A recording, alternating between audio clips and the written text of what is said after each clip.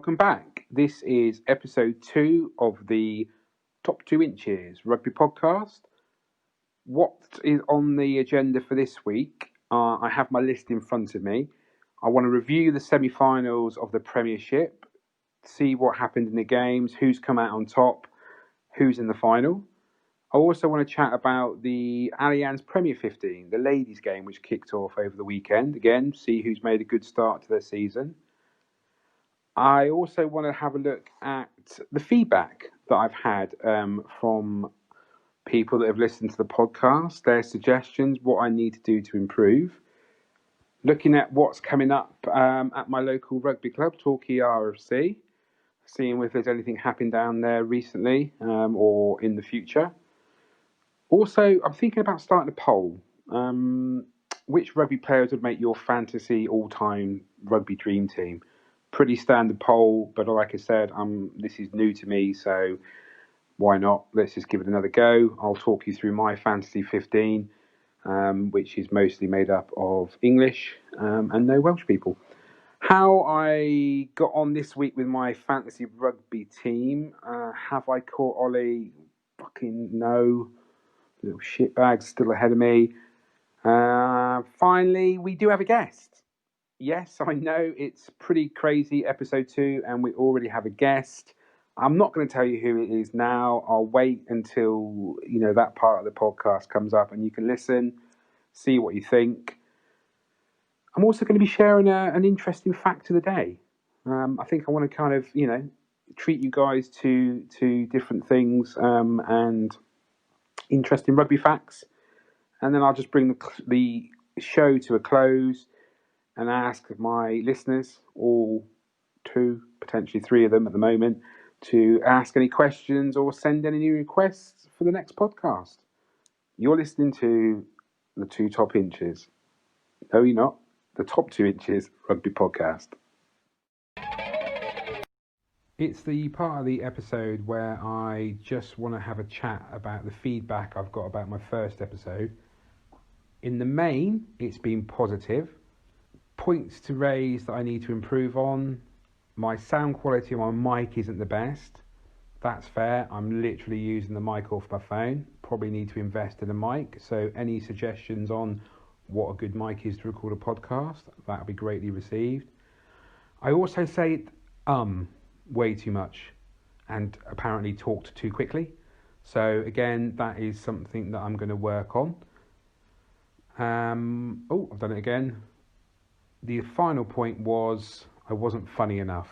And again, so I'll work on that. I will try to be funny and improve that way. This is, like I said, it's a new thing for me. I'm just trying something new. So we'll see how things progress in the future. It's always nice to get critiqued on what you do, even if it is family members. And you'd have thought they'd just be a bit nicer about things, wouldn't you, really? This weekend saw the start of the Allianz Premiership 15 for the ladies, with Saracens starting off their campaign as champions against Worcester. Saracens, they beat Worcester, but the game was really entertaining. Worcester made Saris work really hard for the win. And if I'm right in saying, having watched the game, Lee changed hands several times. Despite that, Joe Yapp's team took the home win and the bonus point. Newcomers on the block, Exeter ladies. They travelled to Gloucester, where unfortunately their opening day to the season didn't go too well. Gloucester came out 34-14 victors. Gloucester do have a couple of red roses, and they both showed up well with tries. Kelly Smith and Zoe Aldcroft both scoring. I guess Exeter will be looking to emulate their men and pick up a win during the next game. Loughborough Lightning and Sale Shark ladies. Sale Sharks is another new team in the league this season. Sale were in the game and hunting for the victory, but were denied by 2 late tries from Lark Davies. And then Loughborough Lightning went on to win 29-7. Interesting game at Harlequins. I feel so sorry for DMP Durham Sharks. Harlequins had a host of red roses, and Durham were completely put to the sword. They were beaten 103-0 by Harlequins ladies. Remember last season, the Harlequins ladies lost out to Saracens in the final. For me, this is a proper statement of intent for this season. They are going to go hard, without doubt. Unfortunately, COVID-19 caused the game between Bristol Bears ladies and Wasp ladies to be postponed until the 31st of the 10th. My understanding from reports is that a Bristol player tested positive, and as a result, 19 other players and 2 staff members are isolating as a result of contact tracing. Sad times still going ahead with this virus, I'm afraid. So, welcome to the podcast, my brother, Lee. How are you today? This is bloody weird, isn't it? Well, it's not that weird, is it? It's just technology at its best. I don't actually have to see you, don't have to look at you. Oh, that's good. I don't want to see your ugly face. Obviously, I have to hear you. So, you know, this is... Oh, you're sounding quite clear, though, so it's quite good, really. Well, yeah, considering my technology is pretty pants and I'm just using my iPhone. What do you mean? Your expert editing skills of the last pod was quite good, I thought. I have to admit, credit where it's due. I have appreciated your help. And I'm grateful for that. But obviously, I think, you are quite professional. You do have your own podcast, which you run. Well, I don't have a podcast. I have a YouTube channel where I do videos more than podcasts. But yeah. So would you like to plug that podcast as part of payment for your editing skills? Okay. I have a channel that is called FM Devon. It is on YouTube. And basically, I know this is a rugby podcast, but I play a little game that's called Football Manager, which I've been playing since God knows when. Probably why I never had a girlfriend for God knows how many years. And decided to one day put it on YouTube, and that's where I am playing at the moment. We're having a bit of fun in Italy with a team called Sassuolo. But the new game comes out in November, and there should be more content coming out then. Wow. That's how professional I am. Thank you very much. You are very, very professional, a lot better than I am. But obviously, like I said in my original episode, I am learning. This is new. I want to try and just have a bit of a laugh, have a bit of a joke, and see if I get any listeners. If I don't, I ain't too fussed because I just ain't that bothered. Well, that's the best way to be, I think, because, I've done YouTube for a long time now. I've only got maybe 150 odd subscribers on it, so it's 150, 157 at the moment, I think. I'm actually recording today, so you stopped me in mid-recording of doing it. So 157 at the moment subscribers, wow. Which isn't brilliant because I've been doing it for a number of years, but it's not the subscriber side of it. It's just the fact of getting out and doing something to do, sort of something creative. Absolutely. And obviously at this time, with COVID-19, the pandemic, we can't exactly do a great deal. No. And for me, this is something I kind of thought I'd have a crack at. And like I said, I don't actually care if nobody listens to it, as long as I just do it and it entertains me.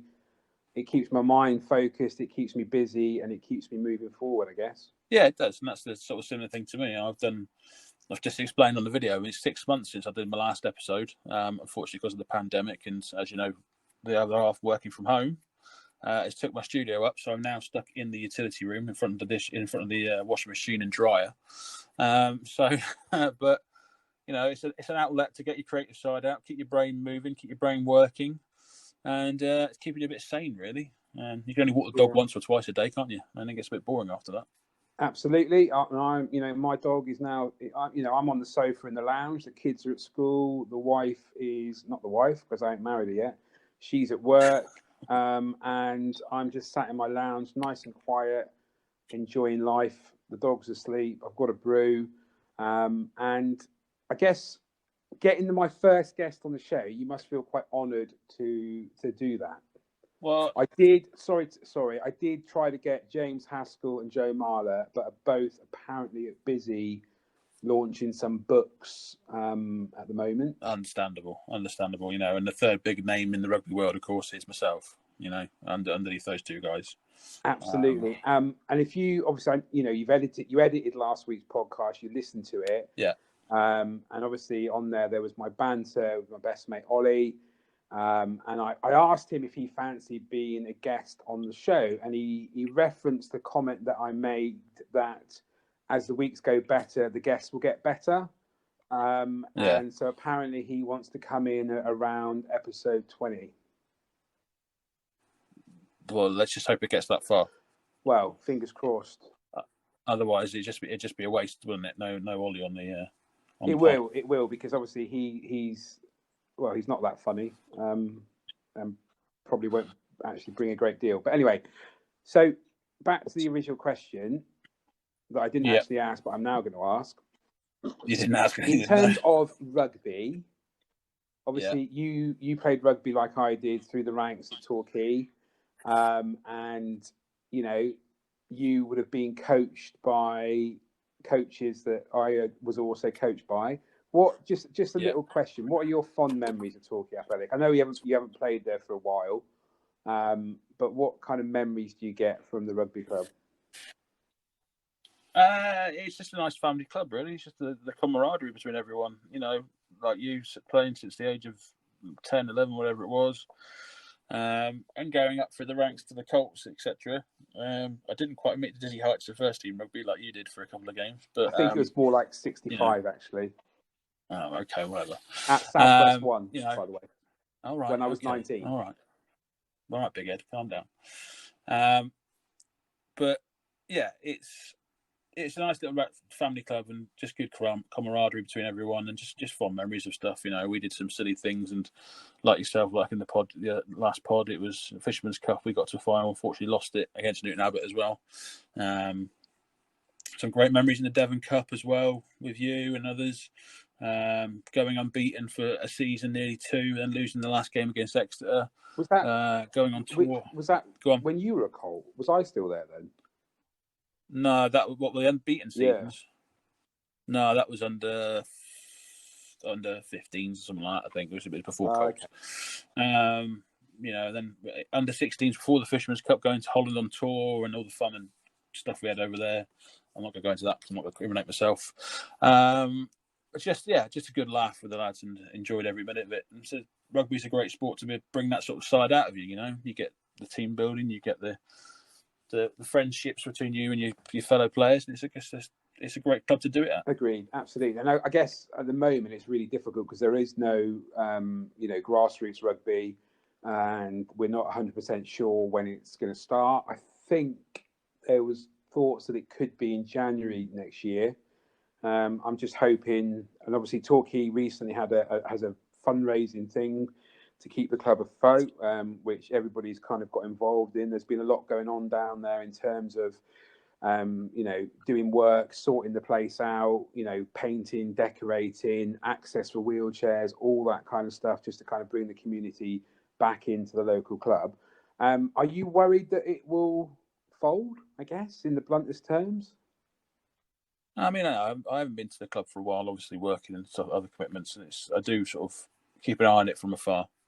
And it is worrying. It's not just for Torquay, but it's all other clubs as well, the whole nation. It's something needs to be sorted out where there's some sort of funding.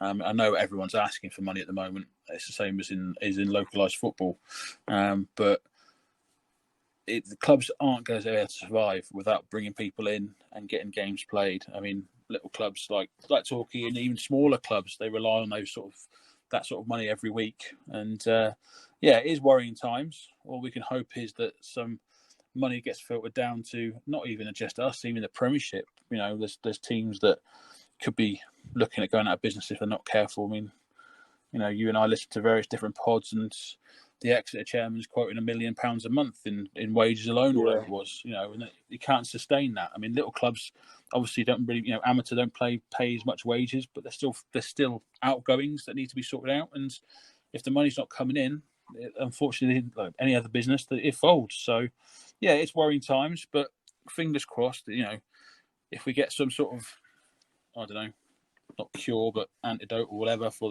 this pain in the arse disease, if that's what it is, one day hopefully rugby will come back and we can start going again. Absolutely. And I think also it's really important for grassroots rugby clubs to be, start thinking outside the box. So again, for example, at Torquay, obviously they've got games on at the weekend with socially distanced, table seatings. I think they had a touch tournament recently down there where the first team had a touch competition against the Colts. So there's all good stuff and good people still down there trying to keep the club afloat.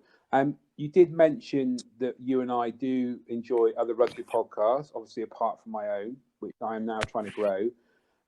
Just a quick question before we wrap things up, because I'm very aware that you were in the middle of recording your football podcast or YouTube thing. Who is or what is the best podcast out there at the moment? What do you listen to? Clearly, yours obviously is the best podcast. Is that what you want me to say? No. I just want you to be honest. I mean, obviously, the truth's the truth. We're going to grow and develop and hit as many. Fingers crossed. Hopefully, maybe if I'll start getting paid for editing. Say again. I'll start getting paid for editing. That'd be nice. Well, you've got free advertising on this podcast to the current 3 listeners. So hopefully someone, and those listeners are probably you and Ollie anyway. Who other rugby podcasts? What do you like? What do you listen to? You got the obvious one. You got the good, the bad, the rugby, which is great with Haskell and Tins and stuff like that. And obviously you've got the Rugby Pod with Goody and Jim. And only one episode in. I think the next episode, probably, I don't know when this is going out, will be out by now. But Joe Marler's podcast, I thought was really enjoyable last week. I thought it was really good. Yeah, I've listened to Joe Marler's, and I have to admit, it's going to be quite interesting to see and listen to the other people that he talks to, because he's a funny guy. I don't think he's going to be rugby based like the other two, but he's obviously a character, and I said in the message to you, he obviously talks very well as well, so that helps a lot. So it'd be interesting to see, like you say, who he talks to and who he brings in to have a chat with. Absolutely, I agree. And I think, have you ever listened to the Egg Chasers rugby podcast? Oh yes, I do occasionally. Not all the time though. I do occasionally listen, but not every week. Yeah. It depends how many podcasts I've got to listen to, because I've got about 150 I listen to at the minute. Wow. Any other? It's not that many really. It's just a load. What are the ones that aren't related to rugby then? Do you listen to? Oh, what ones aren't related to rugby? I do like at the moment. There's the obvious Shagged, Married, Annoyed with Chris Ramsey and his missus Rosie, which is really funny. You've got. Let me have a look. I'll go into my shows and tell you.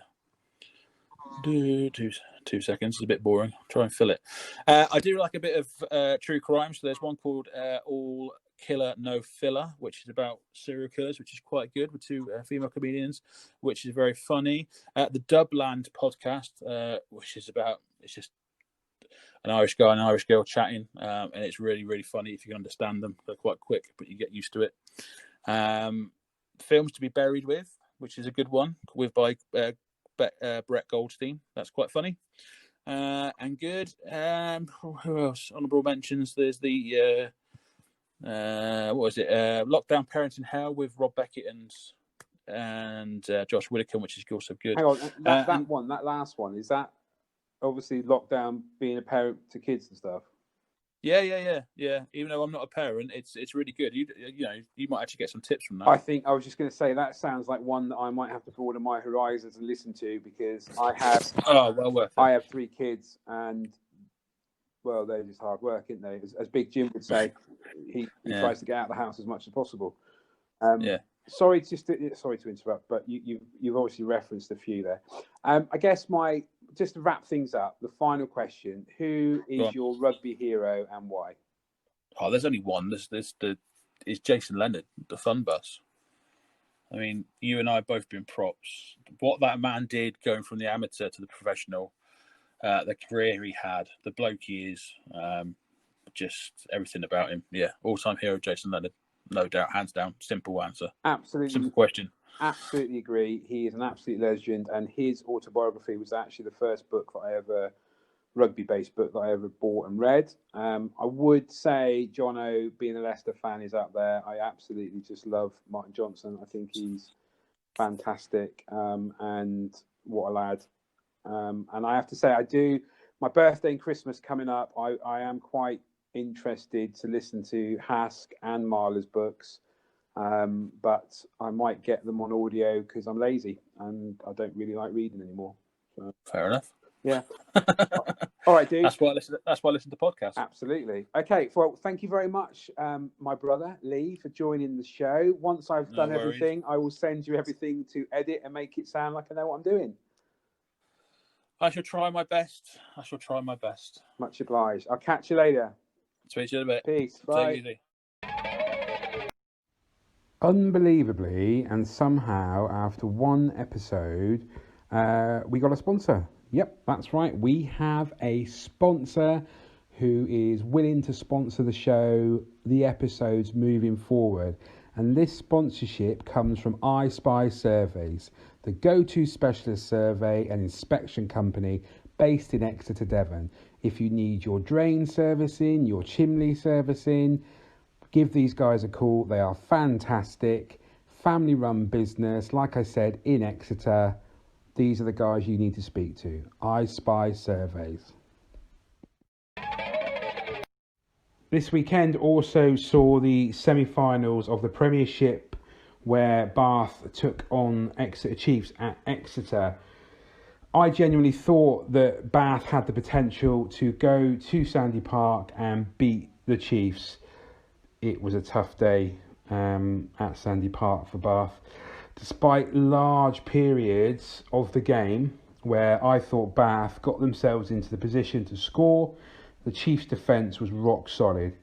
Chiefs ran out victorious, winning 35-6.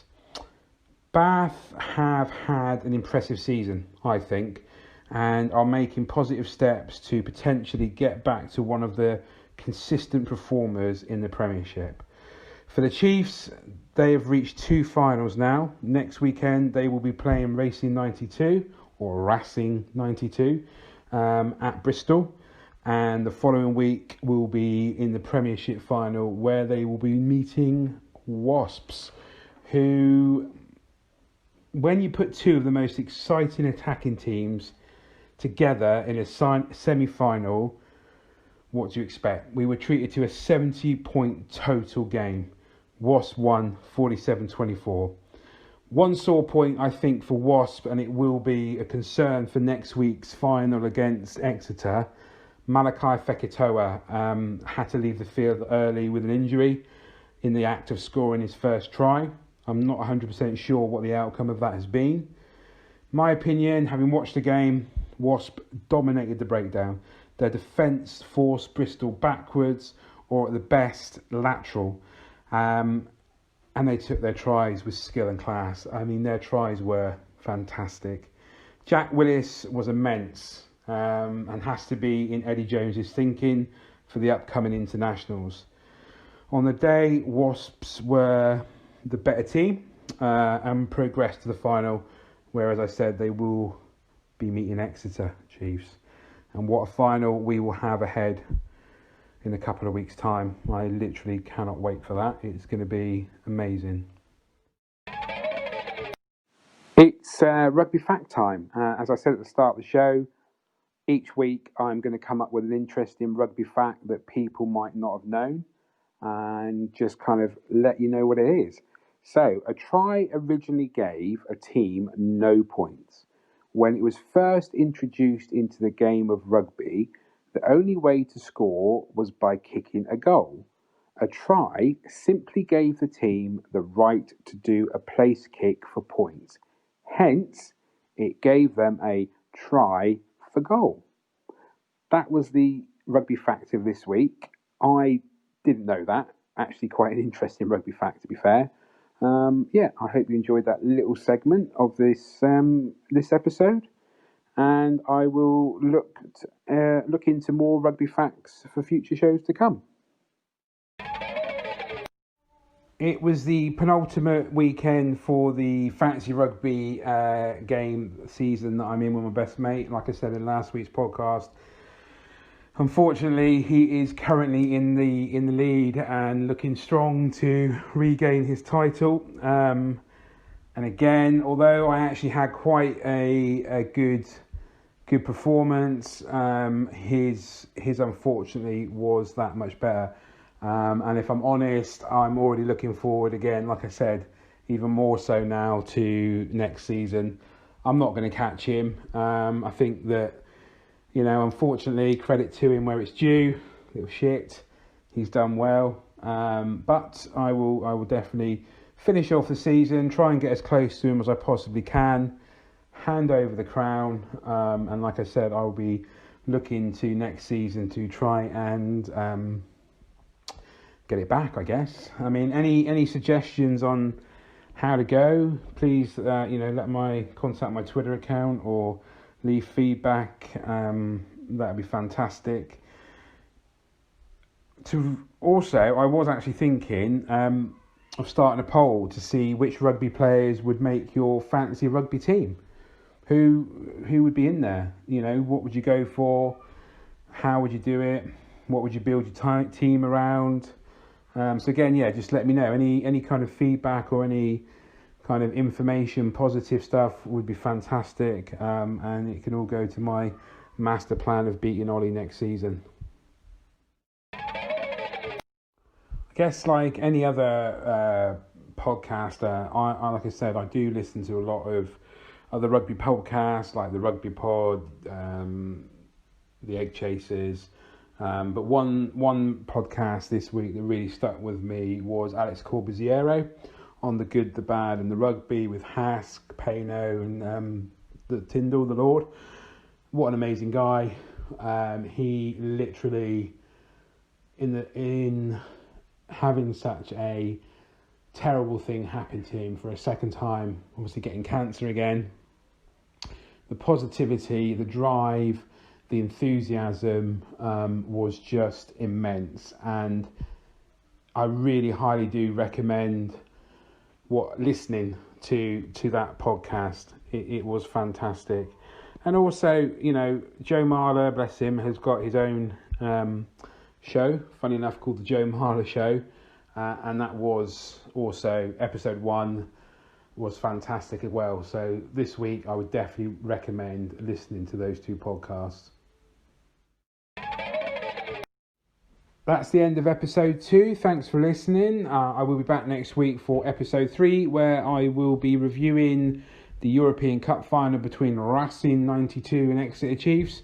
Will the Chiefs win and be ever closer to completing the elusive double by winning both the European Cup and the Premiership? I'll be looking forward and reviewing the ladies' game, the next round of matches, see who comes out on top of that. I'll have another fun fact for you guys. I hope that was an interesting segment.